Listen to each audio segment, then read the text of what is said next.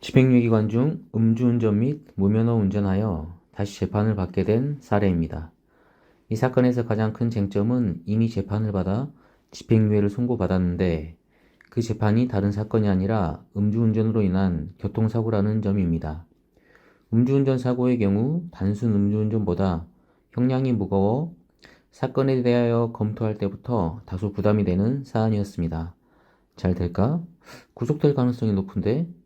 그러나 이전 사건 재심 청구하면 쌍집행유예 받을 수도 있을 것 같아 라는 판단으로 저희 율당에서는 사건을 진행하기로 하였습니다.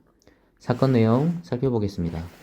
이 사건 당사자인 50대 직장인 P씨가 이번 음주운전 무면허 발생 이전 집행유예 선고를 받은 사건은 음주운전 교통사고인 위험운전 치상이 적용된 사안이었습니다.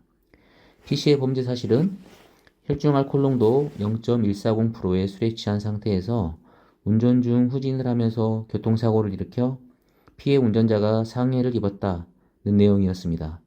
이 사건으로 P씨는 법원에서 징역 1년 및 2년의 집행유예형을 선고받았습니다. 이미 사고 이전 이에 음주운전 전력이 있어 재판을 받게 되어 징역형을 선고받게 된 것입니다.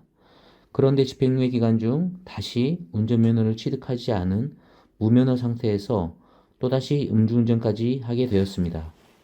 이번 P씨의 범죄 사실은 자동차 운전면허를 받지 아니하고 혈중 알코올 농도 0.108%의 술에 취한 상태로 자동차를 운전하였다는 사실입니다.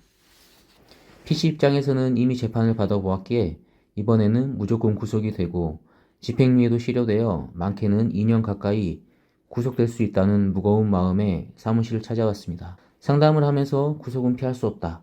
그런데 한 가지 이전 사건에 대하여 재심 신청하여 쌍집행유예를 다퉈보고자 하였고 이에 P씨는 사건을 진행하게 되었습니다.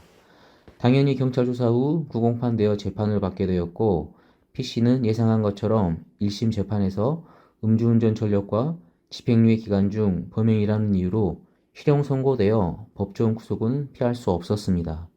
재판부는 양형 이유에 대하여 이미 음주운전 전력이 있고 음주운전 중 교통사고로 재판을 받게 된 뒤에도 자중하지 않고 범행을 저지른 점 등을 고려하여 징역 1년을 선고하고 법정 구속하였던 것입니다. 그 무렵 이전 집행유예 사건에 대하여 재심 신청 후 재심이 개시되었고 재심 판결이 확정되었습니다.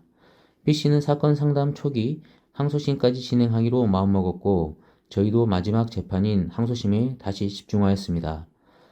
항소 후 양형 부당에 대하여 구체적인 항소 이유서를 제출하였고 추가 참고 자료 제출 등 항소심 재판에서 최선을 다해 노력하였습니다. 항소심 판결 선고가 있는 날 조마조마한 마음으로 법정에 출석하여 항소심 판결을 듣게 되었습니다. 항소심 재판부는 P씨의 재범 방지를 위한 노력, 미성년 자녀의 부양 필요성, 사회적 유대관계 등 모든 양형 조건을 살펴 원심 판결을 파기하고 재차 집행유예를 선고하였습니다.